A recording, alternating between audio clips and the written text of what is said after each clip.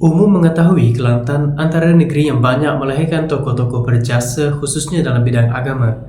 Jadi di sini saya akan kongsikan ringkasan mengenai 3 tokoh berjasa di Kelantan. Jom kita saksikan.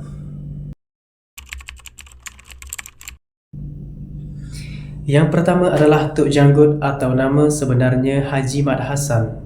Beliau yang dilahirkan pada tahun 1853 di Pasir Putih telah mendapat pendidikan di Pondok Kelantan dan juga Mekah. Selain arif dalam bidang agama, beliau juga mahir dalam ilmu persilatan.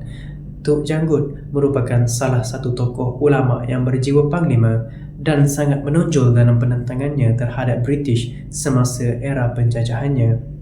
Kerana rakyat Kelantan ditekan dengan sistem cukai yang tidak munasabah. Penentangan tersebut berlarutan sehingga akhir bulan Jun tahun 1915 apabila pihak British dikatakan berjaya membunuh Tok Janggut termasuk beberapa orang pengikutnya. Tetapi berita itu tidak dapat dipastikan kesahihannya kerana terdapat dakwaan yang menyangkal kisah tersebut.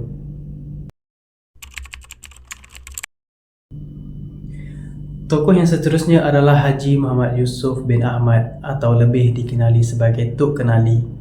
Mula berhijrah ke Mekah untuk mendalami ilmu agama seawal usia 18 tahun lagi dengan hanya berbekalkan RM22 sahaja selama 22 tahun. Ini adalah satu perkara yang sukar dibayangkan oleh logik akal, namun semua ini terjadi di bawah kekuasaan Allah Subhanahu Wa Taala. Negeri Kelantan yang dijuluki dengan gelaran Serambi Mekah dikatakan diperolehi daripada Tok Kenali kerana beliau hanya tidur di serambi-serambi masjid selama 6 bulan lamanya. Ketika umurnya menginjak 40 tahun, Tok Kenali kembali ke tanah air dan mengasaskan pondok di Kampung Paya.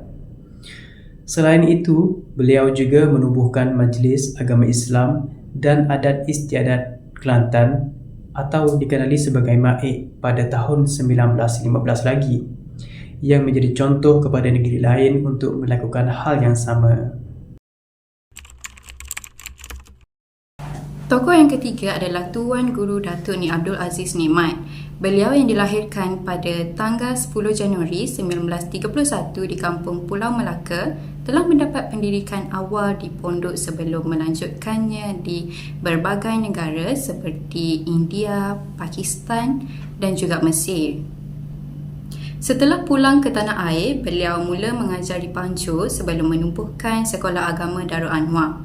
Beliau mula berkecimpung dalam bidang politik pada tahun 1967 dengan mendaftarkan sebagai ahli PAS.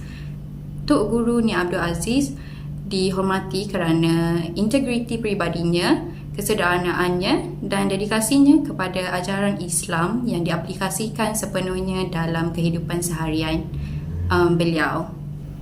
Setakat itu sahaja perkongsian saya dalam video ini. Jadi kepada anda yang ingin mengetahui kisah ketiga-tiga orang tokoh ini, bolehlah berkunjung ke aras 2 bangunan Perbadanan Perpustakaan Awam Kelantan di bahagian koleksi Kelantan yang menempatkan bahan rujukan mengenai mereka di sudut bacaan ini.